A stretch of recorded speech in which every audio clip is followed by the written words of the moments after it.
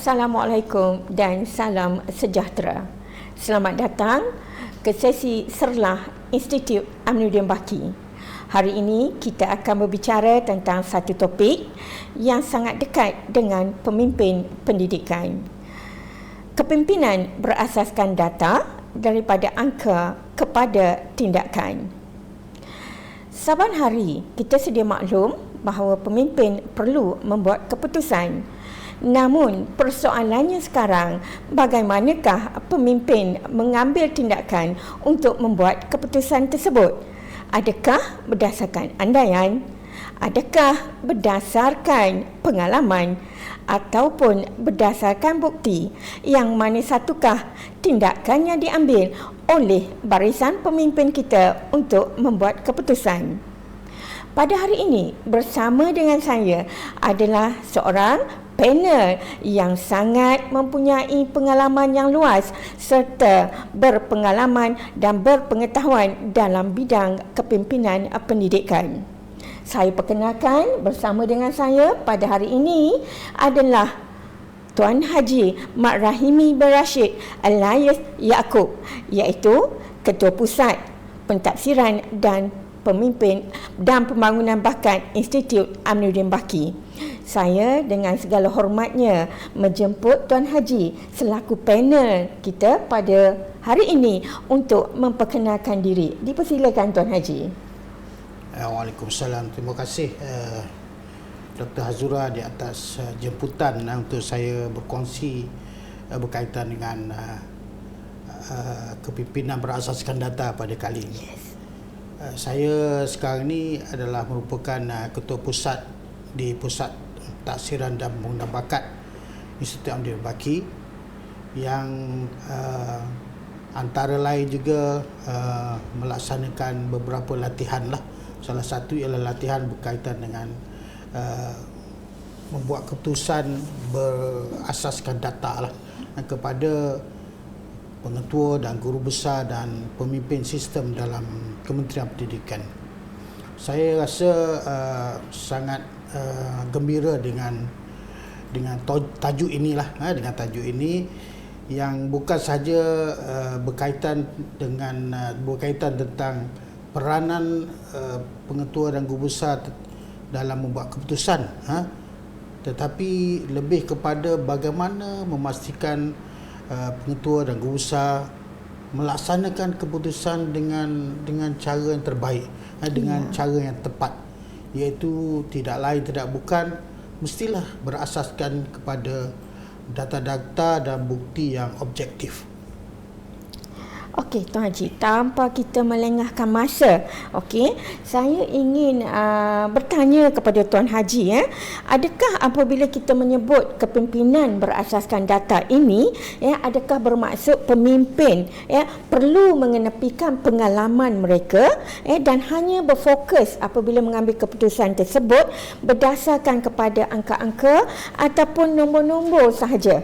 Apabila mereka ini membuat keputusan. Boleh Tuan Haji tolong jelaskan? Data ini tidak menggantikan pengalaman. Pengalaman bagi saya masih merupakan komponen yang penting dalam membantu pemimpin. Pengalaman juga dia berkaitan dengan bagaimana pemimpin memahami budaya sekolah, bagaimana pemimpin memahami murid dia itu sendiri, kan, kekuatan guru, komuniti di berkaitan dengan sekolah. Walau bagaimanapun pengalaman sahaja tidak cukup. Pengalaman sahaja tidak cukup kerana kadang-kadang berdasarkan kepada pengalaman ni, pemimpin membuat andaian ataupun persepsi yang sebenarnya perlu disokong dengan bukti. Jadi pengalaman sahaja tak cukup, tetapi kita mesti dapatkan data-data yang menyokong pengalaman. Barulah kedua-dua elemen ini akan membolehkan kita membuat keputusan yang tepat. Saya ambil satu contoh, seorang pengetua yang mungkin merasakan sekolah dia menghadapi masalah disiplin, kan? pada peringkat awal, berdasarkan kepada andaian dia. Tetapi bila dia cuba mendapatkan data yang lebih terperinci, mungkin kita akan dapati hanya segelintir murid saja yang terlibat dalam masalah disiplin. Dan punca sebenarnya ialah isu ketidakhadiran sahaja. Dan bila kita pergi dengan lebih mendalam, mungkin murid-murid yang menghadapi masalah disiplin itu ialah murid-murid yang tinggalnya jauh dari sekolah, ataupun murid-murid yang menghadapi masalah keluarga. Jadi banyak-banyak faktor lain lagi yang kita boleh teliti, yang mana kita rasa tindakan kita mestilah berdasar kepada maklumat-maklumat yang kita ada. Jadi keputusan ini barulah kita boleh ambil keputusan yang tepat, bergantung kepada evidence ataupun data yang kita perolehi. Jadi kepimpinan berasaskan data ini sebenarnya bermaksud pemimpin menggunakan bukan saja pengalaman dan pengetahuan sebelum buat keputusan, tetapi menyokong dia dengan data-data. Pengalaman memberi kita intuisi, tetapi data akan membantu kita untuk menguji intuisi itu. Jadi data ni bagi saya tidak menggantikan kebijaksanaan seorang pemimpin, tetapi data membantu pemimpin untuk bijaksana dan melaksanakan tindakan dengan lebih tepat. Dalam konteks kepimpinan berasaskan data sebenarnya bukan hanya data yang kita tengok number, angka sebagainya. Sebenarnya kita ada data yang dalam bentuk suara murid ataupun kita panggil sebagai data kualitatif. Kalau Dr. Hazura tahu kan, dalam bidang kita ada data-data dalam bentuk kuantitatif, numbers, tetapi kita ada juga data dalam bentuk kualitatif yang melibatkan perasaan murid, yang melibatkan persepsi yang dalam bentuk pengalaman. So kedua-dua data ini sebenarnya merupakan satu faktor ataupun input yang sangat kita perlu ambil kira dalam kita membuat keputusan sebagai seorang pemimpin. Okey Tuan Haji, jelas sekali daripada penjelasan Tuan Haji apabila kita berbicara tentang bagaimana data perlukah data itu kita tinggalkan ataupun berasingan dalam kita mengambil keputusan. Jadi daripada penjelasan Tuan Haji jelas kita sedia maklum bahawa pengalaman itu yang diperlukan itu akan memperkukuhkan lagi apabila kita mengambil keputusan berpandukan data-data yang ada di organisasi kita. Okey Tuan Haji. So seterusnya bila kita berbicara tentang data ini juga kita dapati di sekolah tu ada banyak data. Namun mengapakah masih lagi berlaku keadaan di mana data yang ada di organisasi tersebut kurang dimanfaatkan dan apabila bercakap tentang kurang dimanfaatkan ini akan melibatkan juga program-program peningkatan yang kita dapat lihat kurangnya keberkesanan apabila dilaksanakan. Boleh Tuan Haji jelaskan? Okey. Jadi soalan yang Doktor utarakan ini sebenarnya selaras dengan dapatan di lapangan, pemeriksaan oleh Jemaah Nazir. Betul. Pada 10 hari bulan Julai yang lepas, IB telah menjemput wakil daripada Jemaah Nazir untuk membentangkan dapatan-dapatan pemeriksaan sekolah yang sebenarnya tujuannya untuk membolehkan IAB melihat ataupun mengetahui apakah perkara yang boleh IAB sokong dalam membantu pengetua dan guru besar. So apa yang dikongsikan oleh Jemaah Nazir yang menarik perhatian saya ialah data itu seperti yang Dr. Hazura tanya tadi. Dapatan menunjukkan ada segelintir sekolah yang tidak memanfaatkan data yang ada di sekolah. Kemudian dapatan juga menunjukkan program-program peningkatan tidak berkesan. Jadi bagi saya sebenarnya dua perkara ni sangat berkait. Kalau kita ambil perkara yang kedua, program tidak berkesan. Kenapa program tidak berkesan? Program peningkatan contohnya tidak berkesan. Kenapa? Kerana maklumat yang diambil kira tu tidak tepat, kan? Kenapa maklumat tu tidak tepat? Kerana dia tidak mengambil kira data-data yang betul, tidak di data-data yang orang kata yang sepenuhnya tidak diambil kira untuk menentukan apa sebenarnya punca ataupun kita kata kelemahan yang perlu ditambah baik. Dengan kata lain, dalam program peningkatan sekolah tu yang dilaksanakan tu tidak melihat apa sebenarnya punca masalah.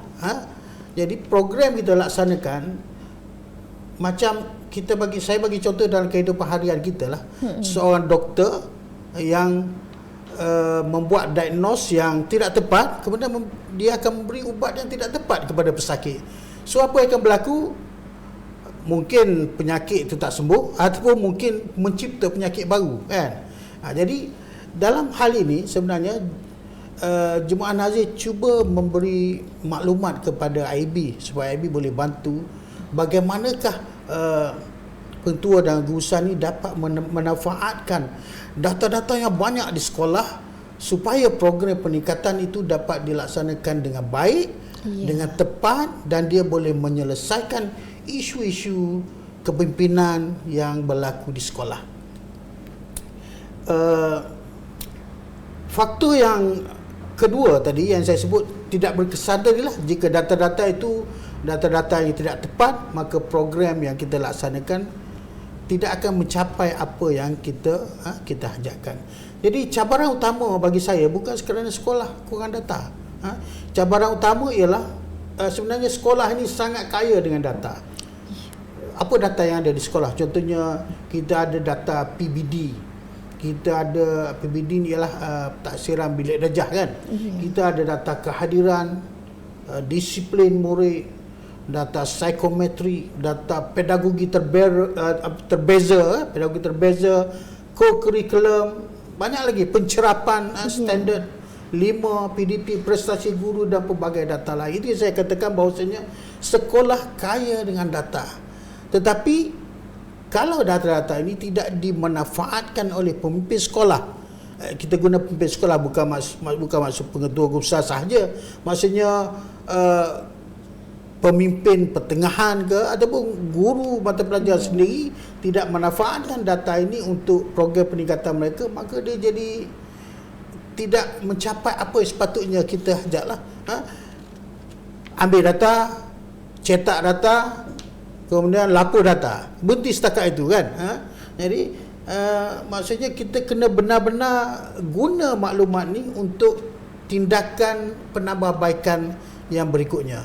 Barulah kita kata ini yang kita nak katakan kepimpinan berasaskan data, bukan menggunakan data semata-mata untuk menganalisis, melaporkan, tetapi sebenarnya apakah next tindakan yang berikutnya yang kita perlu ambil selepas kita dapat maklumat daripada data-data tersebut. Okey Tuan Haji, so kita dapat rumuskan daripada penjelasan yang Tuan Haji jelaskan tadi, kita sebenarnya bukan bergantung kepada seberapa banyak data yang ada di sekolah tersebut, tetapi bagaimanakah pihak sekolah, iaitu pemimpin pendidikan kita menganalisis, melaksanakan, memahami dan menterjemahkan data yang banyak itu untuk tindakan yang lebih berkesan untuk pembangunan program-program di sekolah. Okey Tuan Haji. Satu lagi saya nak tambah pendapatan Nazir. Ya, silakan Tuan Haji. Berkaitan dengan apa dia panggil sebagai markah terbang. Ya. Markah terbang. Ingat dulu kan kita ada orang yang ambil lesen tanpa melalui proses dia panggil sebagai lesen terbang, kan? Ya, betul. So markah terbang ni oleh kerana pencerapan ni sebenarnya tanggungjawab pemimpin perlu mencerap PDP guru, kan? Ya, betul Tuan Haji. Jadi tetapi ada, saya tak katakan semua, sebenarnya ada segelintir, ini dapat daripada Nazir, pemimpin sekolah mungkin penolong kanannya yang melaksanakan ni. Markah terbang ni maksudnya ada skor pencerapan PDP guru, tetapi sebenarnya pencerapan tak berlaku. Tidak dilaksanakan. Ada markah. So apa yang berlaku? Kalau seorang guru, seorang penolong kanan, dia nak bagi skor kepada seorang guru matematik contohnya, adakah dia akan bagi skor yang rendah ataupun skor yang tinggi kalau dia tak buat pencerapan? mesti dia akan bagi skor yang tinggi. Kalau dia bagi skor rendah, mesti guru tu akan marah, tak berpuas hati. So apabila penolong kanan ataupun pemimpin sekolah yang beri skor yang tinggi, yang tak berintegriti tadi, jika tinggi, apa intervensi dia? So tidak ada kelemahan. Sedangkan hasrat utama pencerapan PDP guru ya, untuk melihat peluang itu untuk kita menambah baik pedagogi dia. Kalau dia bagi skor yang tinggi, maksudnya tidak ada penambahbaikan yang perlu dilaksanakan. Akhirnya siapa akan rugi? Dan apakah implikasi dia terhadap prestasi pencapaian murid di sekolah? So ini adalah satu perkara yang kita perlu elakkan, dan IB kena bantu. IB kena bantu supaya pelaksanaan ini adalah PGB faham kenapa kita nak supaya semua PG melaksanakan penjerapan PDP dalam kalangan guru. Okey, ya. Okey Tuan Haji, terima kasih atas penjelasan markah terbang itu tadi, dan kita juga tidak menafikan bahawa situasi ini berlaku ya dalam sektor pendidikan kita. Okey, so data-data yang kita bicarakan ini juga bukan sekadar data yang ada di sektor pendidikan, namun begitu terdapat banyak pengajaran-pengajaran yang berkaitan dengan penggunaan data apabila kita berbicara tentang data untuk pembangunan sama ada di sektor pendidikan ataupun di sektor swasta. Apakah pandangan Tuan Haji berkaitan dengan pengajaran yang boleh kita ambil berkaitan dengan pengurusan data dan apabila kita mengambil keputusan juga berdasarkan data yang berlaku dalam syarikat-syarikat besar seperti Netflix, Grab, Shopee ataupun Asia yang dengan menggunakan data untuk proses pembangunan di organisasi mereka. Boleh Tuan Haji jelaskan perkaitan antara data tersebut apabila kita menggunakan sepenuhnya dengan berkesannya pengurusan data untuk mencemerlangkan organisasi? Ya, betul. Ini sangat berkaitan dengan kehidupan harian kita. Dan sebenarnya ini bukan perkara baru dalam kepimpinan. Kalau kita kata kepimpinan berasaskan data ini benda baru, bukan benda baru. Dan dia berlaku di luar pendidikan. Betul. Doktor sebut tentang Netflix. So saya pun ada akaun Netflix, doktor pun mungkin ada juga kan. Ada. Baik, Netflix ni dia menggunakan data daripada apa yang kita tonton untuk dia beri pula pada kita. 80% daripada siaran ataupun kita kata movie yang dicadangkan tu ialah sebenarnya berdasarkan daripada yang kita minta, yang kita cari, yang kita showkan sendiri. So jadi data-data daripada filem yang kita tonton, filem yang kita tak tonton, so itu sebenarnya memberi maklumat kepada Netflix untuk dia tawarkan apakah rancangan-rancangan yang sebenarnya kita nak, kan? So itu adalah satu keputusan yang dia buat berdasarkan kepada pelanggan dia. Kemudian kita ambil satu contoh Shopee sendiri. Ini tak ada orang tak pernah order barang, pernah beli barang mana Shopee kan. So Shopee menggunakan mendapatkan maklumat carian kita. Carian kita, apa yang kita cari, apa yang kita selalu beli, untuk dia paparkan di laman utama lah bila kita buka Shopee. Bila kita buka Shopee, apa yang dipaparkan di muka depan kita tu adalah barang-barang yang kita nak, kan? Jadi itulah data-data itu diperoleh semasa kita membuat carian. Okey. Ini maksudnya keputusan yang telah dilaksanakan oleh Shopee sesuai dengan kita sebagai pelanggan. Dia kenal pelanggan kita. Dia kenal siap pelanggan dia ni nak apa. Baik, kemudian Grab pun sama. Grab pun sama. Dia menggunakan maklumat seperti permintaan kita, cuaca dan waktu-waktu tertentu. Kalau kita naik Grab musim puasa, bulan puasa contohnya, kalau biasa harga dia RM5, tapi bulan puasa waktu pukul 6 contohnya, harga dia dah berlipat kali ganda. So ada meningkat, kan? Begitu juga Asia, Asia yang mana dia menggunakan tarikh kita, tarikh penerbangan kita, baki kursi yang ada dan corak carian kita. Itu adalah data-data yang menentukan kadar tambang kapal terbang yang kita itu. Jadi prinsip yang sama sebenarnya boleh digunakan dalam pendidikan. Murid ni sebenarnya bukan kumpulan yang seragam. Bukan kata dia keperluan dia sama, tak ada. Murid ni mempunyai latar belakang, tahap kesediaan yang berbeza, potensi yang berbeza. Jadi data ni sebenarnya membantu sekolah untuk mengenal pasti murid mana yang memerlukan intervensi. Murid mana yang perlu pengayaan. Murid mana yang memerlukan sokongan emosi, kan? Jadi murid mana pula yang kita perlu lihat potensi dia dari segi akademik. Jadi kita tidak boleh sekarang, kita tak boleh menggunakan apa kita panggil sebagai one size fits all, satu size untuk semua murid. Murid-murid yang ini mempunyai keperluan yang berbeza. Jadi kita mula memberi sokongan berdasarkan keperluan sebenar murid. Kalau kita tengok syarikat-syarikat tadi boleh mengenali klien dia berdasarkan kepada data. Jadi sekolah pun boleh juga memastikan mengenal pasti apakah keperluan murid untuk kita berikan apa yang mereka nak.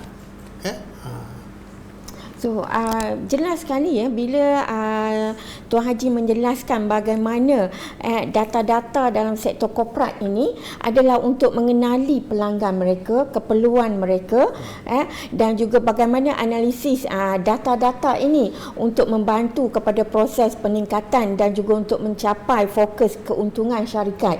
Begitu jugalah yang saya faham penjelasan Tuan Haji tadi. Dengan data ini juga kita sebenarnya berupaya untuk membantu mendekati, mengenali pelajar kita, dan juga kita berupaya untuk mengenali dan membantu keupayaan dan peningkatan kompetensi dalam kalangan guru-guru kita.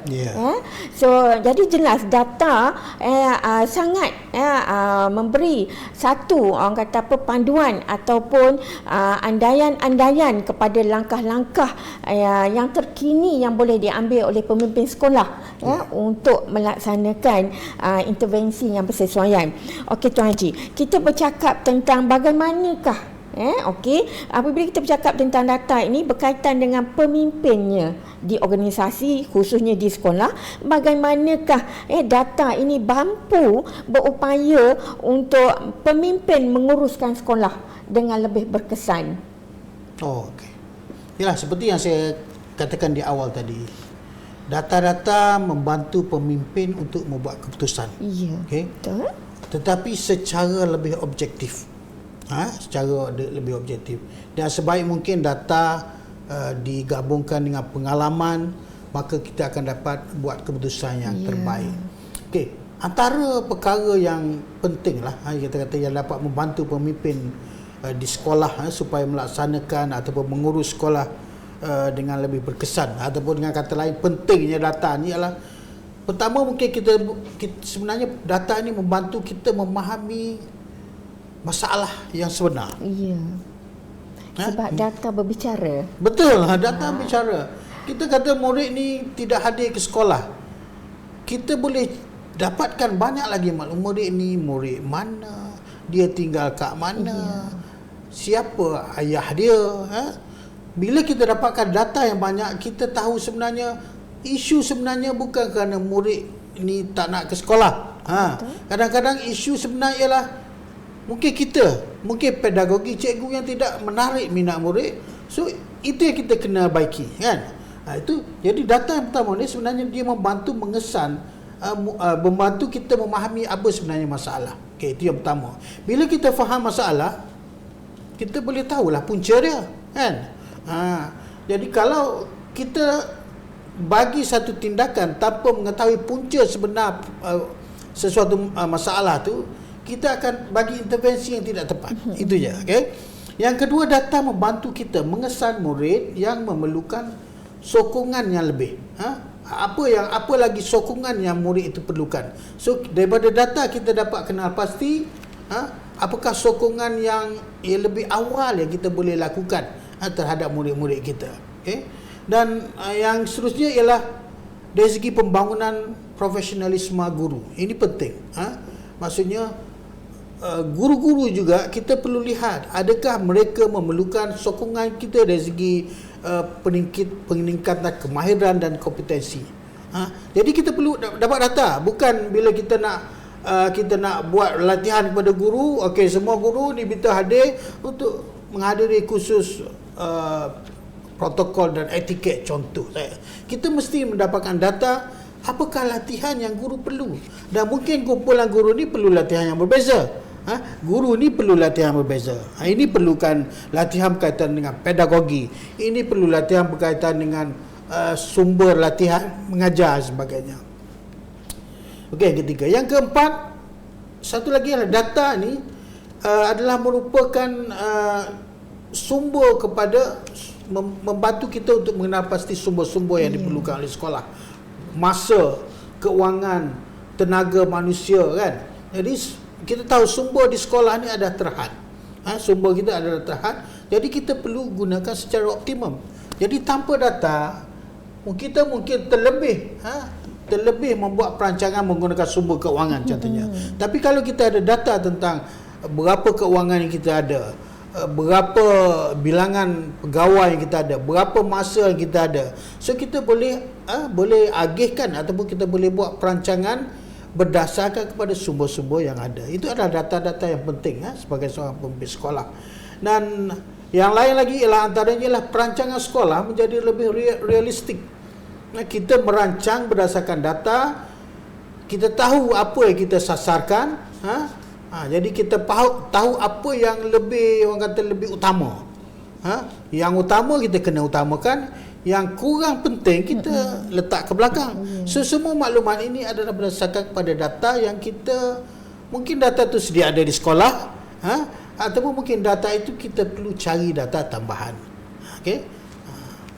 Okey Tuan Haji, daripada penjelasan Tuan Haji itu jelas ada 4 perkara yang Tuan Haji jelaskan bagaimana kita memahami dan menggunakan data untuk pengurusan dan juga penambahbaikan di organisasi, sama ada khusus untuk kepelajar ataupun kepada peningkatan profesionalisme guru-guru kita. Dan perancangan kalau kita lihat di sini perlulah dirancang dengan teliti daripada hasil penjelasan Tuan Haji tadi, untuk pertama kita boleh jimatkan kos, jimatkan masa dan juga penjimatan ke arah penggunaan sumber-sumber kita di organisasi. So dapat rumuskanlah bahawa pentingnya pengurusan data di organisasi kita. Okey Tuan Haji, daripada penjelasan Tuan Haji yang Tuan Haji lontarkan tadi dengan jelasnya membantu kepada pemahaman kepada barisan pemimpin pendidikan kita. Jadi nak mohon Tuan Haji jelaskan juga adakah terdapat perbezaan daripada cara berfikir antara pemimpin yang meneruskan program-program di organisasi mereka, khususnya di sekolah. Adakah kerana masih mengamalkan corak pengurusan berdasarkan tradisi yang seringkali diamalkan, ataupun dengan pemimpin yang berupaya untuk mengubah membuat perubahan di organisasi dengan mengambil keputusan dan membuat pembangunan berdasarkan pola-pola pengurusan data yang berkesan di sekolah. Okey, kalau kita lihat paparan ni, pemimpin pertama membuat keputusan berdasarkan kepada kebiasaan rutin. Program diteruskan. Kenapa program diteruskan? Kerana kita selalu buat kan. Kita biasa buat program ni selalu dilakukan. Itu je alasan. Rutin. Rutin. So kita kena teruskan. Macam tu je. Tapi pemimpin yang kedua ni, dia melihat trend data beberapa tahun sebelum membuat keputusan, dan beliau mendapati masalah disiplin dan ponting meningkat pada bulan Mei. Jadi pada bulan April dia laksanakan sebagai langkah pencegahan. Namun trend ini permulaan sebenarnya. Trend ini hanya permulaan. Pemimpin masih boleh meneroka lagi. Apakah lagi maklumat-maklumat yang dia boleh lihat untuk diambil tindakan. Adakah peningkatan ponten itu berlaku, ataupun ketidakhadiran berlaku kepada semua murid? Kan? Adakah melibatkan tingkatan tertentu sahaja? ataupun ponteng ini berlaku masa exam je, masa peperiksaan. Berkaitan dengan keluarga, masalah pengangkutan. Kita mungkin di Semenanjung tak banyak masalah ni, tapi berbeza dengan sekolah-sekolah di Sabah, di Sarawak, isu pengangkutan adalah satu perkara yang menyebabkan murid tak dapat hadir. Dan banyak lagi lah faktor lain. Jadi data-data kuantitatif ni menunjukkan apa yang berlaku. Di sekolah data-data ini menunjukkan apa berlaku. Dan kita ada juga data kualitatif. Yang saya sebut sebelum tadi, contohnya pandangan murid, guru, ibu bapa. Ini semua akan membantu kita.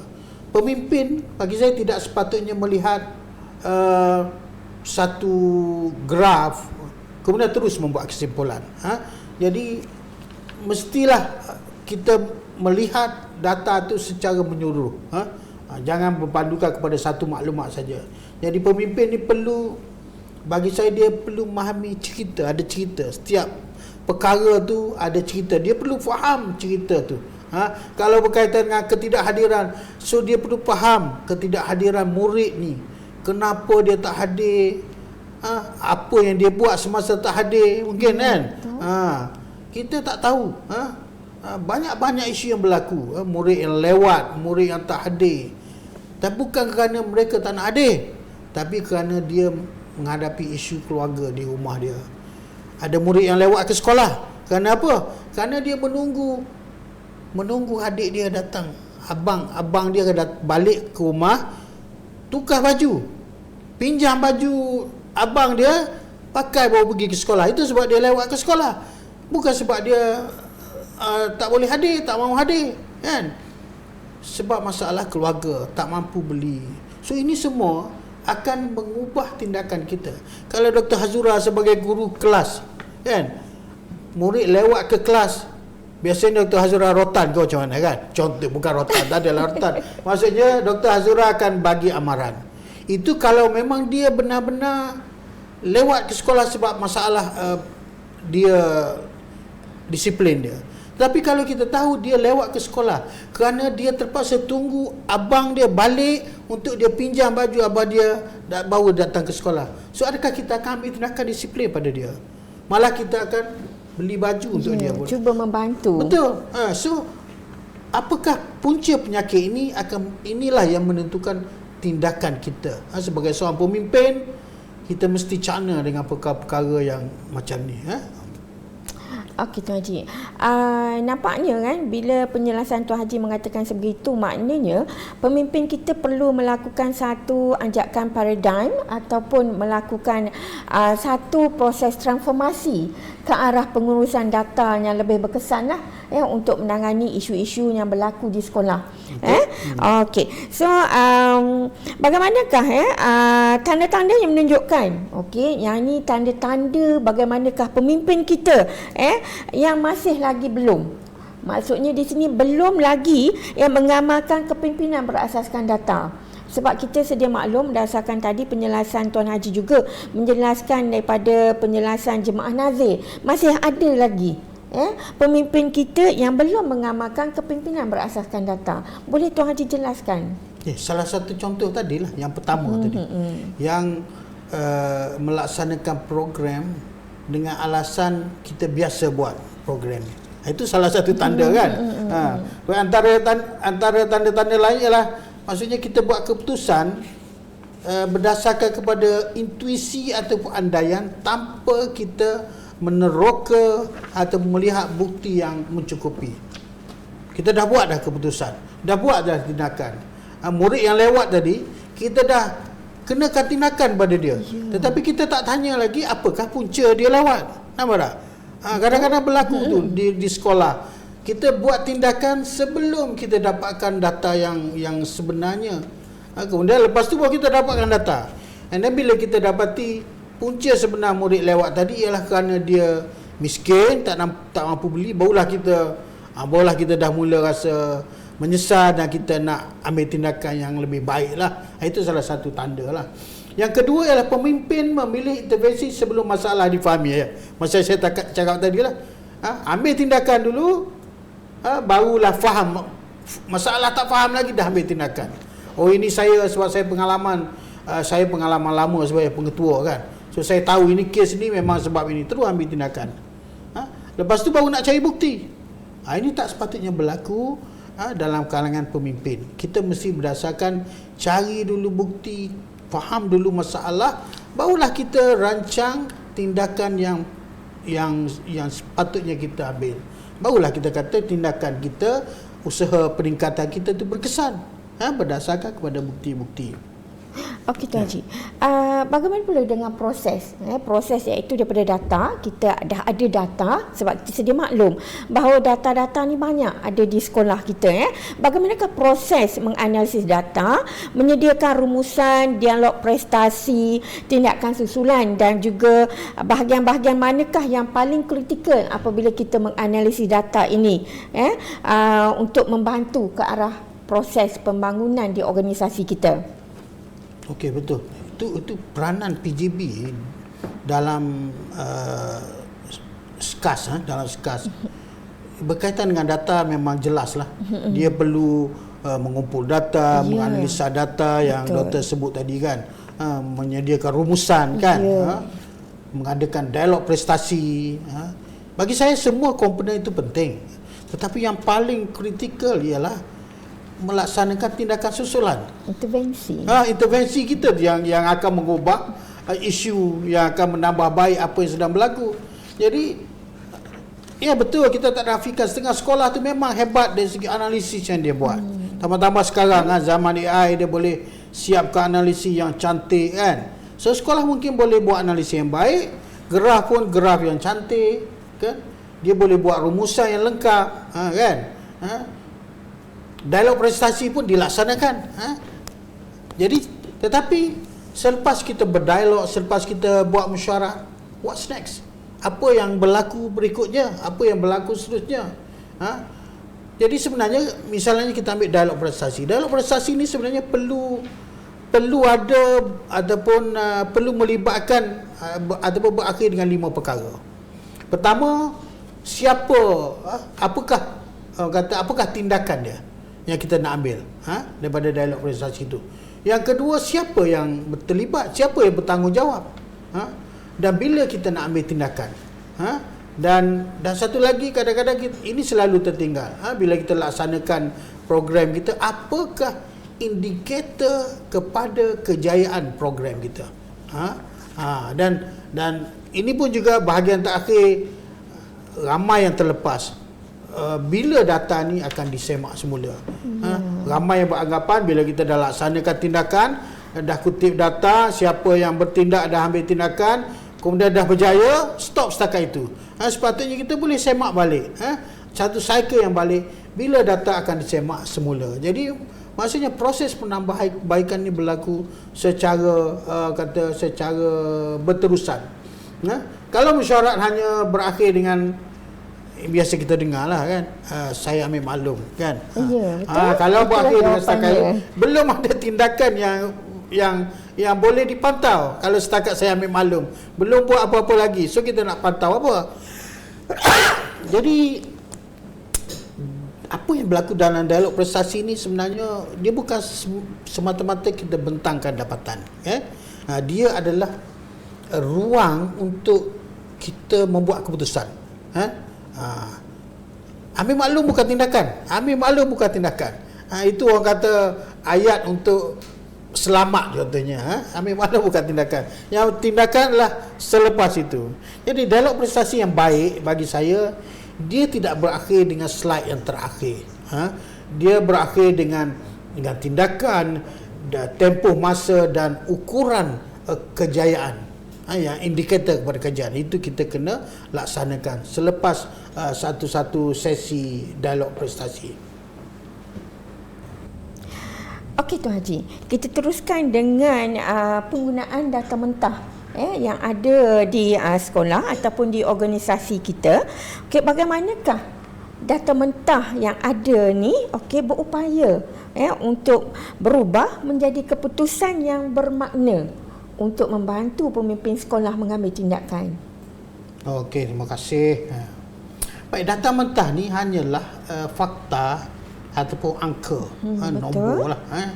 Jadi contohnya kita kata kehadiran murid adalah 88%. Itu baru data. Apabila kita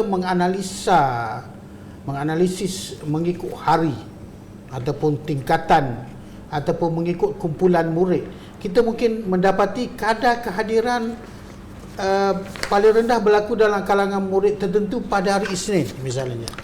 Ini sudah menjadi maklumat. Maksudnya daripada data itu dia dah bertukar menjadi satu maklumat kepada kita lah. Kemudian kita berbincang dengan murid, berbincang dengan keluarga, rakan-rakan dia, dapatkan maklumat, mungkin kita cuba dapatkan apa dia masalah yang dia hadapi, mungkin masalah pengangkutan daripada rumah ke sekolah. So apabila maklumat ini kita gabungkan dalam konteks pengalaman, dalam konteks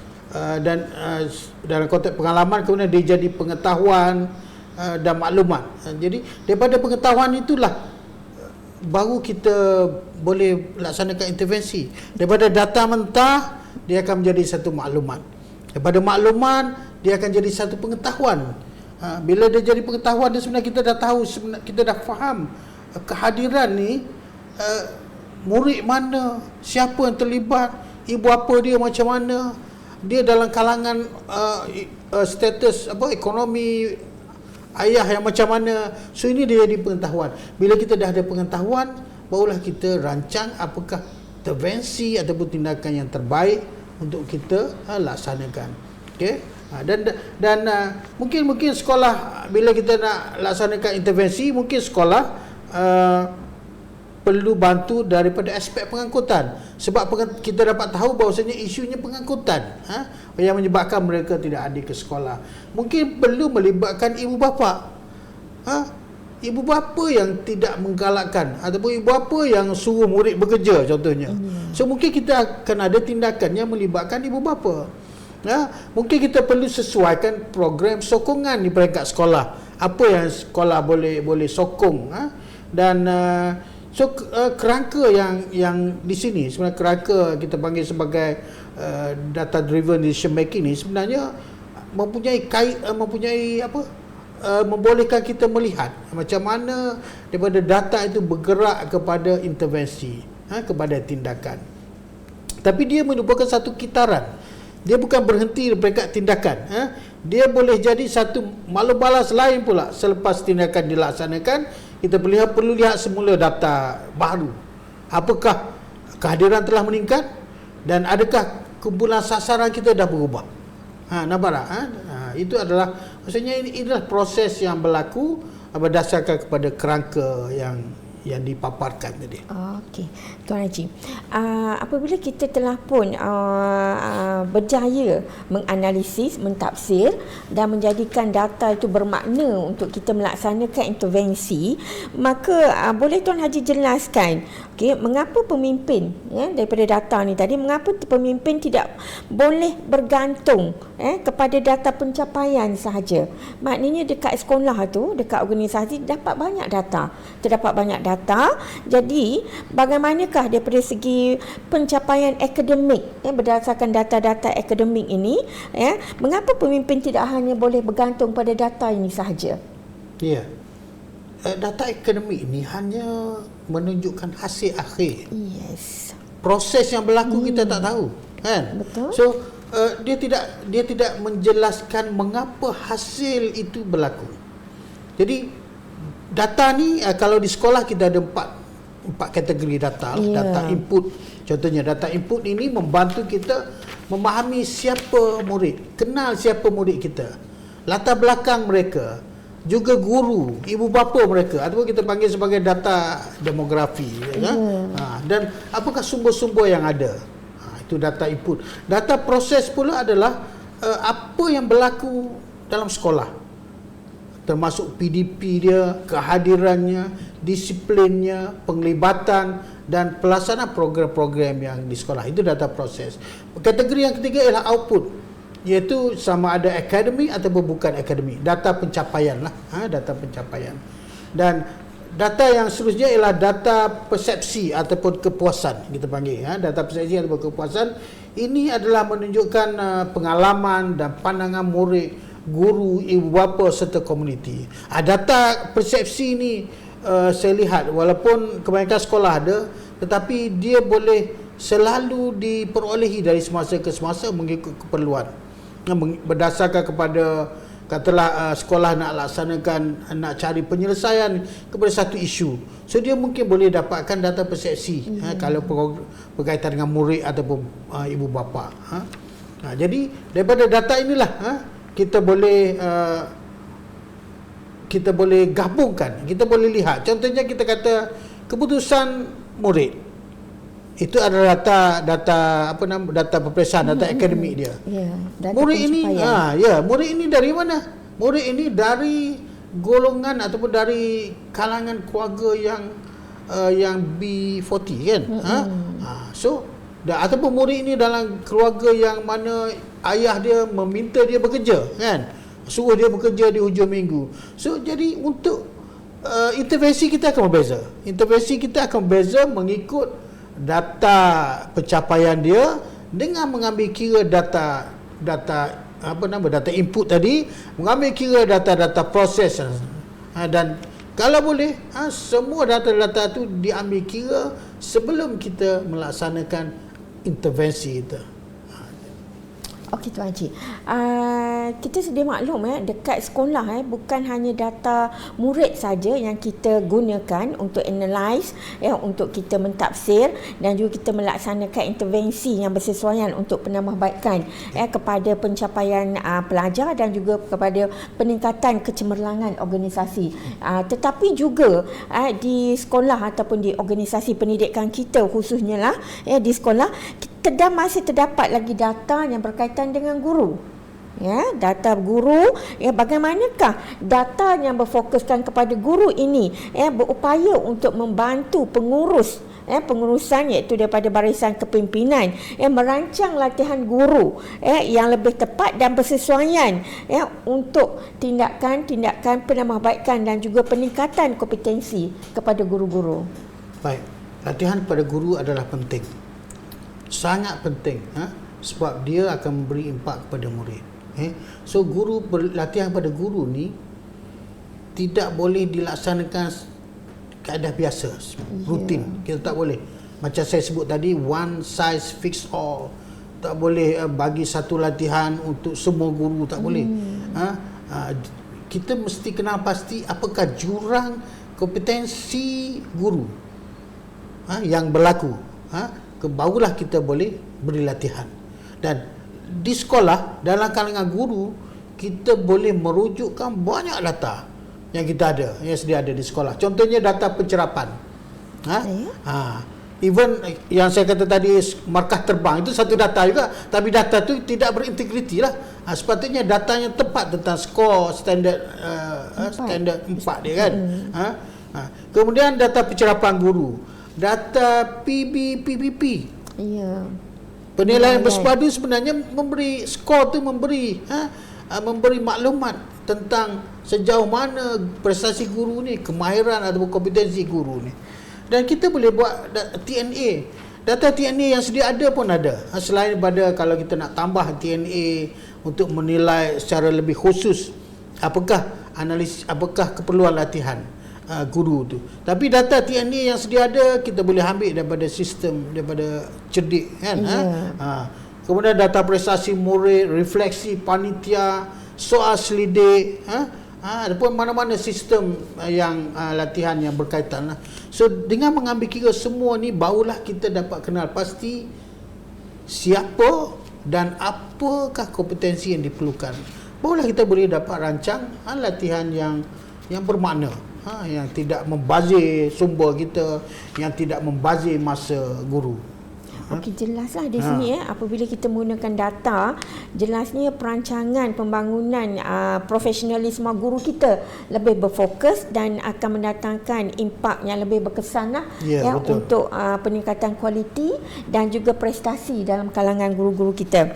Okey Tuan Haji, kita teruskan. Okey, bagaimana pula apabila kita berbicara berkaitan dengan penggunaan data? Adakah lebih bergantung kepada teknologi pembangunan teknologi semasa kita yang canggih ataupun budaya manusia dalam organisasi? Ada dua perkara lah di sini. Adakah penggunaan data bergantung kepada proses pembangunan teknologi yang semakin canggih ataupun budaya manusia dalam organisasi? Okey, terima kasih. Jadi dalam pendidikan, teknologi kita masih berpegang kepada teknologi membantu guru. Teknologi membantu guru untuk meningkatkan kualiti mutu ataupun kecekapan pengajaran. Jadi manusia dan tetapi manusia, elemen manusia dan budaya tu jauh lebih penting. Kita ingat masa kita kursus dulu, kursus perguruan, dia ada seni kan, seni dan sains. Betul. Kalau kita kata sains saja, knowledge saja, mungkin tak lama lagi robot boleh mengajarlah murid-murid di sekolah. Tetapi elemen seni ataupun art itu tak ada dalam robot. So kenapa cikgu masih diperlukan? Kerana cikgu ada seni, cikgu ada art, cikgu ada sains ataupun knowledge.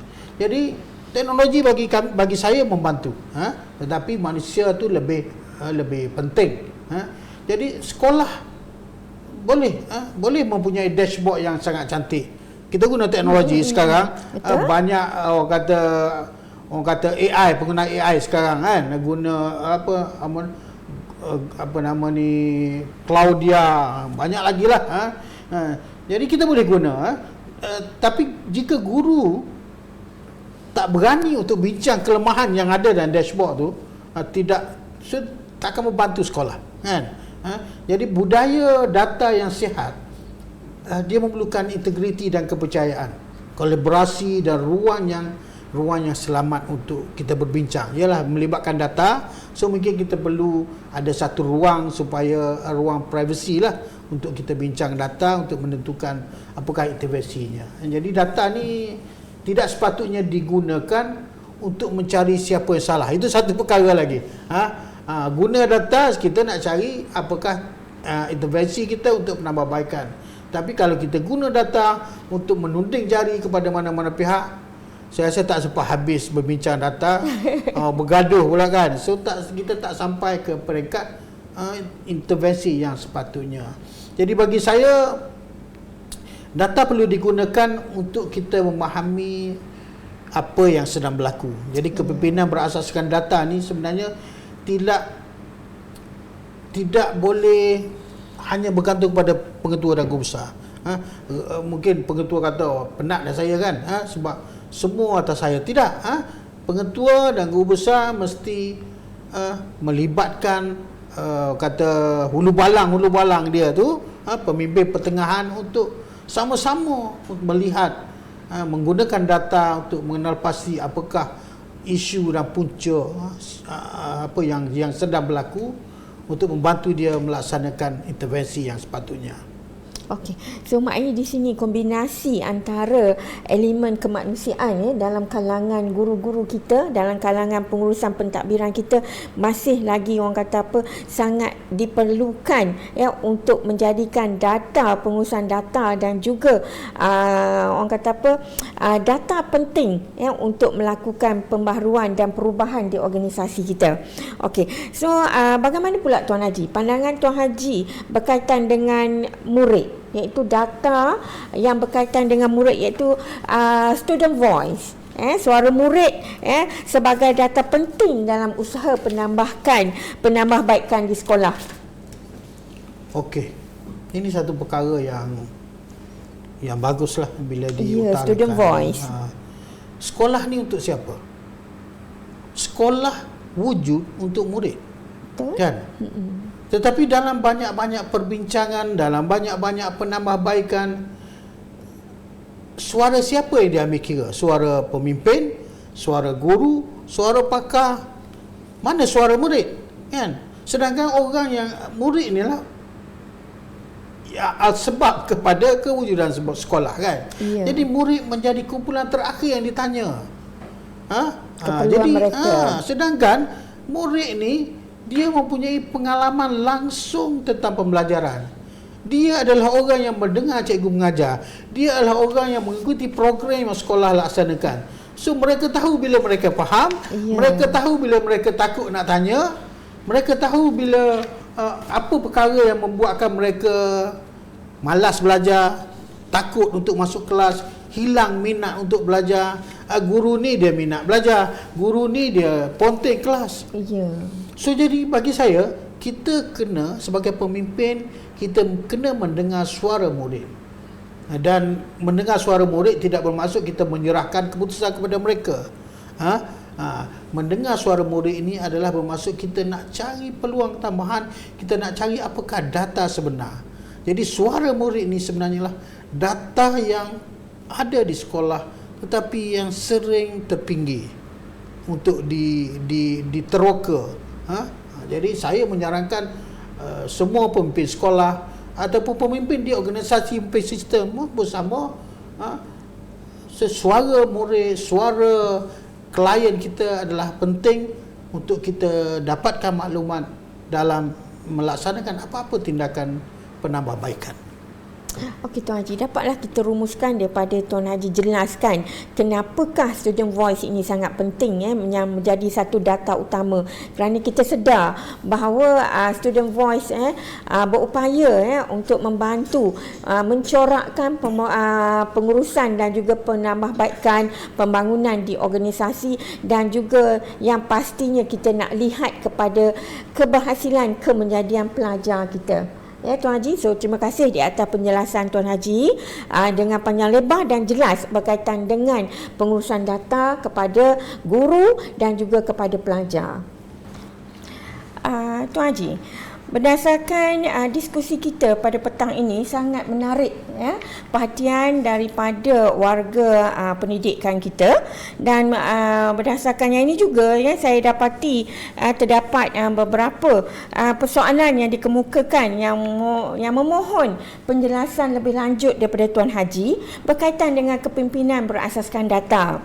Okey, saya petik beberapa soalan daripada audien kita berkaitan dengan kepimpinan berasaskan data ini. Antaranya yang pertama, apakah cabaran utama di kalangan pemimpin pendidikan yang boleh Tuan Haji jelaskan berkaitan dengan bagaimanakah pengurusan data ini di sekolah menjadi tepat dan terkini. Cabaran utama untuk pengurusan data agar menjadi lebih tepat dan terkini di sekolah. Okey, terima kasih. Baik, bila kita sebut tentang data ni, dia mesti terkini, dia mesti tepat. Kalau data-data tu tak tepat, dia akan memberi maklumat yang tidak tepat. Yes. So knowledge atau pengetahuan yang kita dapat daripada data tadi juga kita dapat, dan seterusnya memberi kesan terhadap intervensi kita. Jadi proses pengumpulan data, untuk mendapatkan data tu mestilah melalui proses-proses yang betul, dengan orang kata dengan kaedah yang betul lah. Dan satu lagi ialah dia mesti data tu adalah terkini. Orang kata kalau kita menilai ataupun menganalisa data yang 2 tahun lepas, maka maklumat yang kita dapat pun tidak tepat. Dia sama juga, dia akan berikan intervensi yang salah lah. Jadi data tu mesti lengkap, mesti terkini, mesti sahih. Itu baik. Yang kedua ialah antara cabarannya ialah dia melibatkan pengumpulan data, mestilah saya sebut juga tadi, mestilah betul dan konsisten. Jadi dengan kaedah atau pendekatan yang betul dan konsisten. Dan sumber juga kita perlu semak daripada sumber lain. Maksudnya kita cari beberapa data daripada sumber yang berbeza lah untuk menyokong dapatan kita. Nah, pemimpin perlu sedar tentang situasi kita panggil bias dalam penafsiran. Jadi contohnya jika kita percaya bahawa kumpulan tertentu lemah, kita mungkin hanya mencari data yang menguatkan kepercayaan itu, kan? Jadi kita kena bersedialah dengan bias. Jadi soalan-soalan pemimpin kepada rakan-rakan dalam pasukan tu mestilah cuba untuk mendapatkan pengesahan, cuba bertanya soalan-soalan yang mencabar fakta tu, supaya kita dapat data yang tepat dan sahih. Dan yang lain pula adalah dalam konteks di sebalik angka yang dia melibatkan nombor, kan, di sebalik angka yang kita perlu difahami. Jadi murid-murid yang tidak hadir, murid-murid yang tidak hadir, tidak semestinya dia tidak bermotivasi. Itu yang kita tak boleh kata murid tak hadir ni ialah murid yang malas, murid yang tak suka belajar. Tak boleh dah. Sebenarnya kita kena dapatkan maklumat yang sebenar. Keputusan akademik pun sama. Murid yang dapat kosong markah, kita tak boleh kata murid ni otak dia kosong. Tak boleh. Murid yang dapat kosong markah ni, kita tak boleh kata murid ini knowledge dia zero. Tak boleh. Kita kena tengok. Mungkin skema kita tu, cikgu terlalu rigid dengan pemarkaan menyebabkan dia jawab tapi kosong. So jadi kena lihat dalam aspek yang lain. Dan mungkin juga masa dia nak menjawab tu dia fikiran dia terganggu, masalah keluarga, ibu bapa baru bercerai, kesihatan, banyak faktor lain yang kita perlu ambil kira. Dan saya rasa perbincangan kita selama lebih kurang 1 jam ni, saya nak bawa kesedaran itu kepada semua pemimpin, semua pegawai, bahawasanya kita jangan terlalu bergantung kepada satu sumber data sebelum kita buat keputusan. Dapatkan maklumat-maklumat lain yang ada peluang kita dapatkan maklumat-maklumat lain untuk menyokong supaya kita dapat laksanakan intervensi ataupun tindakan yang betul, yang tepat, yang bermakna untuk murid. Okey Tuan Haji, jelas sekali cabaran-cabaran ini sebenarnya akan memberikan satu orang kata apa, tindakan-tindakan untuk ke arah penambahbaikan di pihak pengurusan untuk mereka menangani isu-isu ini. So adakah dalam proses pengumpulan data di sekolah dalam kalangan guru menjadi satu beban? Ya. Ada rungutan ke guru kata menjadi satu beban? Oh, ini ada soalan kan? Ya, ini soalan daripada audiens kita yang bertanya, adakah pengumpulan data di sekolah ni menjadi satu beban pula kepada guru-guru kita? Bagi saya sebenarnya data ni, banyak data yang telah sedia ada di sekolah. Kita ambil katalah kita nak cuba rancang satu tindakan untuk menambah baik prestasi satu-satu mata pelajaran, kan? Jadi sebenarnya dalam isu ni data-data yang sedia ada di sekolah tu dah banyak, kan? Contohnya kita ada data PBD, data ujian, data murid. Kebanyakan data telah sedia ada di sekolah. 4 kategori data tadi kan? Data, kita kata data input, data proses, data output, kecuali data persepsi ataupun data kepuasan. Itu saja yang kita perlu tambah baik. Jadi kalau data-data sedia ada ni sebenarnya dah ada, so dia tak membebankan kita pun. Cuma kalau kita rasa perlu dapat data berkaitan dengan persepsi pihak luar, bolehlah kan? Jadi bagi saya tidak membebankan guru. Dan satu lagi ialah, kalau kita mencari data yang sebenar, kita tahu punca yang sebenar, program yang kita laksanakan tu betul-betul berdasarkan kepada keperluan murid. Jadi tak berlaku sumber yang orang kata membazir dari segi sumber. Kita membuat kelas tambahan kepada semua murid, wajib hadir ke sekolah semua murid, walhal hanya 5 orang daripada 30 murid itu yang memerlukan kelas tambahan. Lebih berfokus. Dan 5 orang ni pula dia hanya lemah dalam tajuk tertentu, contohnya trigonometri saja ataupun keperangkalian saja kalau dalam matematik. Sebab saya ni bekas guru matematik, jadi banyak contoh tu berkaitan dengan matematik. Jadi kita tak perlu buat banyak program di sekolah ni bukan bermaksud banyak keberhasilan kita, tak. Tak. So banyak program tidak menggambarkan keberhasilan yang banyak. Yang paling penting ialah program yang kita laksanakan di sekolah itu berdasarkan kepada keperluan. Ya, lebih berfokus dan jelas untuk menangani masalah-masalah yang berlaku. Okey Tuan Haji. Ada juga yang bertanya, ada orang yang bertanya, apa bukti yang memperlihatkan kejayaan sesebuah sekolah yang menjadikan amalan kepimpinan berasaskan data itu sebagai satu penanda aras kejayaan daripada segi aspek pengurusan di organisasi? Sebenarnya banyak. Kalau saya nak senaraikan, banyak sekolah yang telah menunjuk kejayaan, yang betul-betul melaksanakan kepimpinan berasaskan data ni. Banyak sekolah. Sekarang ni kalau tuan-tuan tahu kan, kita dah mula reformasi pendidikan. So 5 sekolah wakil setiap PBD tu, sebenarnya 5 sekolah setiap PBD tu, 5 sekolah yang dipilih tu ialah sekolah yang bagus dan berpotensi.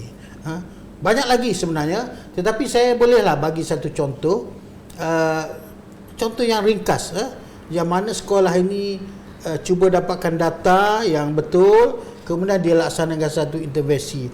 So sekolah ini, satu contoh ialah sekolah SMK Taman Yal di Kuala Lumpur. Dia menghadapi isu ketidakhadiran murid, kan. So apa yang dia buat ialah dia dapatkan maklumat ataupun data-data tentang macam mana bentuk ketidakhadiran murid. Dia cuba dapatkan maklumat tentang demografi murid itu, di mana dia tinggal, ibu bapa dia orang macam mana, kan. Dia cuba temuduga murid itu, cuba tanya murid itu apa keperluan dia, cuba buat pemerhatian. Dan pemimpin dia mendapati murid-murid ni sebenarnya dia nak hadir ke sekolah jika diberi guru prihatin dengan dia. Sebagai pengetua ni laksanakan program yang ringkas. Dia cuba cakna dengan kehadiran murid. Dia cuba meraihkan murid hadir ke sekolah setiap pagi. Dia menunggu murid untuk hadir, bagi salam, dan dia peluk lagi murid. Macam program penyayang lah dia buka. Tapi maksudnya dengan cara tu sebenarnya dalam tempoh beberapa sampai setahun, kan, beberapa bulan, berlaku peningkatan pada kehadiran murid. Itu satu contoh yang simple, dan banyak lagi sekolah-sekolah yang betul-betul melaksanakan program berdasarkan kepada data, dan hasilnya ialah memberi impak yang baik, peningkatan dari segi kehadiran, dari segi akademik dan sebagainya. Saya tak boleh bagi banyak contoh lah. Okey Tuan Haji, dengan penjelasan Tuan Haji yang panjang lebar itu, jelas mencorakkan kepimpinan berasaskan data ini sebenarnya akan membawa kita kembali kepada tujuan utama pendidikan kita, iaitu membantu setiap murid ke arah membangunkan perkembangan dan juga untuk melihat kepada proses pembangunan kompetensi mereka. Di samping itu juga kita juga dapat melihat kepada proses pembangunan profesionalisme yang berterusan ke arah orang kata peningkatan prestasi dalam kalangan guru-guru kita. Terima kasih Tuan Haji di atas perkongsian ilmu dan juga pengalaman, sharing pengalaman Tuan Haji dalam kepimpinan berasaskan data itu tadi. Dalam tempoh masa 1 jam ini, banyak kita dapati banyak perkongsian ilmu yang telah pun Tuan Haji sampaikan untuk pembangunan sistem pendidikan kita bersama, sama ada dalam kalangan pemimpin pendidikan itu sendiri maupun kepada guru-guru kita. Bagaimana proses pembangunan kepimpinan dan juga pengurusan data di organisasi kita boleh laksanakan dengan lebih mantap lagi dan lebih berkesan. Ini adalah kita dapat lihat juga kepemimpinan berasaskan data Tuan Haji bukanlah tentang teknologi semata-mata, tetapi juga tentang melihat keberanian dalam kalangan pemimpin, menyediakan, mendengar pelbagai suara dan kebijaksanaan menukar bukti kepada tindakan. Sebab topik kita melihat daripada angka kepada tindakan yang berkesan. Sebelum mengakhiri program kita pada hari ini, saya mengutarakan memohon Tuan Haji untuk membuat sedikit rumusan secara ringkas berkaitan dengan topik kita pada hari ini sebelum kita menutup tirai. Bagi saya macam inilah, pemimpin berasaskan data ni adalah pemimpin yang tahu apa yang diperlukan. Pemimpin yang mampu mentafsir data itu dengan jujur dan mempunyai keberanian untuk bertindak berdasarkan bukti yang diperolehi. Sekolah tidak perlu bermula dengan sistem yang canggih. Kita boleh mulakan dengan satu isu sebenar, kemudian kita kumpulkan data-data yang relevan, bentukkan pasukan, bincangkan bersama pasukan, dengar suara-suara mereka-mereka yang terlibat, kemudian barulah kita laksanakan satu tindakan yang jelas. Lihat semula selepas itu, seperti saya bincangkan sebelum ini, selepas kita buat tindakan tu, lihat balik sebagai satu perkara yang baru, apakah kejayaan kita telah capai. Dan sebenarnya proses penambahbaikan ni berlaku secara berterusan. Teruskan tingkatkan kemahiran setiap pemimpin dengan kemahiran mengurus data. Sikit je belajar kan, sebab dalam era sekarang ni banyak kata perkara, banyak pihak boleh membantu kita dalam melaksanakan kepimpinan berdasarkan data. So tuan-tuan boleh teroka lebih lagi. Saya tak boleh nak bincangkan secara operasi dalam masa yang terhad, tetapi insya-Allah tuan-tuan janji tuan-tuan rasa nak tingkatkan kemahiran tuan-tuan dalam menganalisa data, mengurus data, insya-Allah tuan-tuan akan dapat hasil yang baik. So bagi saya, teruskan kemahiran tuan-tuan, tingkatkan kompetensi tuan-tuan dalam mengurus data, dalam mendapatkan data di sekolah, supaya kita dapat ambil tindakan yang tepat berdasarkan kepada maklumat dan pengetahuan yang betul daripada data yang kita dapatkan di sekolah. Itu sajalah saya daripada saya. Terima kasih. Terima kasih Tuan Haji di atas perkongsian ilmu dan juga pengalaman Tuan Haji sebagai seorang pemimpin pendidikan.